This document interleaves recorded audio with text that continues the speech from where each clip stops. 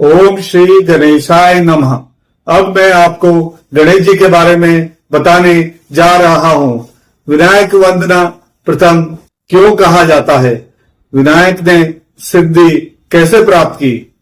एक बार उनके माता पिता पार्वती और भगवान शंकर ने दोनों पुत्रों गणेश और सुब्रमण्यम के लिए एक प्रतियोगिता आयोजित की। उन्होंने कहा, जो भी ब्रह्मांड की परिक्रमा कर पहले पहुंच जाएगा उसे वे कोई फल प्रदान करेंगे।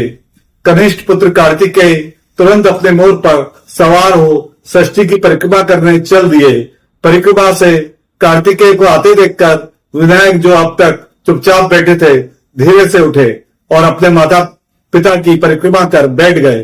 पार्वती का विचार था कि कार्तिकेय ने कठिन परिश्रम कर षष्ठी की परिक्रमा की थी, उन्हें ही विजय घोषित करना चाहिए। परमेश्वर ने विघ्नेश्वर से पूछा कि उनके माता पिता की परिक्रमा करने का आंतरिक महत्व क्या था। गणेश जी ने उत्तर दिया, समस्त सृष्टि आप दोनों से पूर्ण है। समस्त ब्रह्मांड शिव शक्ति का प्रकट रूप है। इस दृश्य जगत की परिक्रमा करना ही स्वयं को ब्रह्म में डालना है। आप दोनों की परिक्रमा करना ही वास्तव में सृष्टि की परिक्रमा है। गणपति ने उनसे यह पूछा, कोई ऐसी जगह बताओ जहां आप नहीं हो, आप सर्वव्यापक हो, आप प्रत्येक वस्तु में हो। तब पार्वती ने कहा, तुम ही विजयी हो। गणेश गणों के अधिपति बन गए। ईश्वर विनायक की बुद्धिमत्ता से इतने प्रभावित हुए कि उन्होंने कहा, जो मेरी पूजा करता है वो पहले तुम्हारी पूजा करेंगे। विनायक पर ऐसी कृपा की गई, इसका कारण क्या है? गणेश का ईश्वर में और ईश्वर की सर्वव्यापकता में विश्वास ही इस कृपा का कारण था। गणेश जी के विभिन्न नामों का रहस्य जानिए। गणेश, गणपति, गणनायक। गणेश को गणपति भी कहते हैं। इसका एक आंतरिक और रहस्यमय अर्थ भी है। ग का अर्थ है बुद्धि, अणा का अर्थ है विज्ञान, पति का अर्थ है स्वामी। अतः गणपति समस्त बुद्धि, विज्ञान और विद्या के स्वामी हैं। ऐसी विद्या शुद्ध और पवित्र मन से निस्सृत होती है। यह विद्या विज्ञान की उपलब्धि कराती है। गणपति की महान बुद्धि ने उसे ईश्वर की सर्वशक्तिमानता को समझने में सहायता दी। उसने स्वयं को ऐसी परीक्षा में डाला जिसके द्वारा वो संसार को बुद्धिमत्ता प्रदान कर सके। विनायक व विश्वेश्वर। विनायक का अर्थ है जो स्वयं का पूर्ण स्वामी हो। उनके ऊपर कोई और स्वामी नहीं है। वे किसी पर निर्भर नहीं है। विनायक सभी देवताओं के नायक हैं। संसार में अनेक उदाहरण योग नायक हैं, किंतु विनायक के समान दूसरा नहीं है। विनायक ने इस बात की भी पुष्टि की कि उसके देवी माता पिता परमेश्वर एवं पार्वती उसको मुक्ति प्रदान कर सकते हैं, इसलिए उनको विनायक अथवा विश्वेश्वर कहते हैं। विघ्नेश्वर। विनायक का एक और नाम विघ्नेश्वर है। ईश्वर वहां है जो सभी प्रकार के ऐश्वर्य से युक्त है। धन, विद्या, स्वास्थ्य, आनंद, सौंदर्य आदि।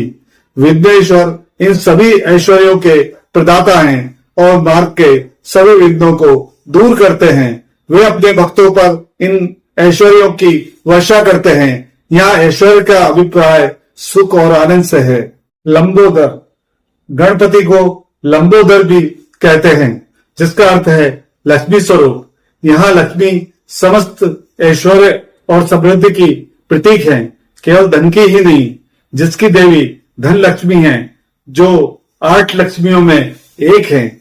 ईश्वर के ज्येष्ठ पुत्र गणपति को पहले लंबोदर कहते थे, क्योंकि उनका पेट बहुत बड़ा था।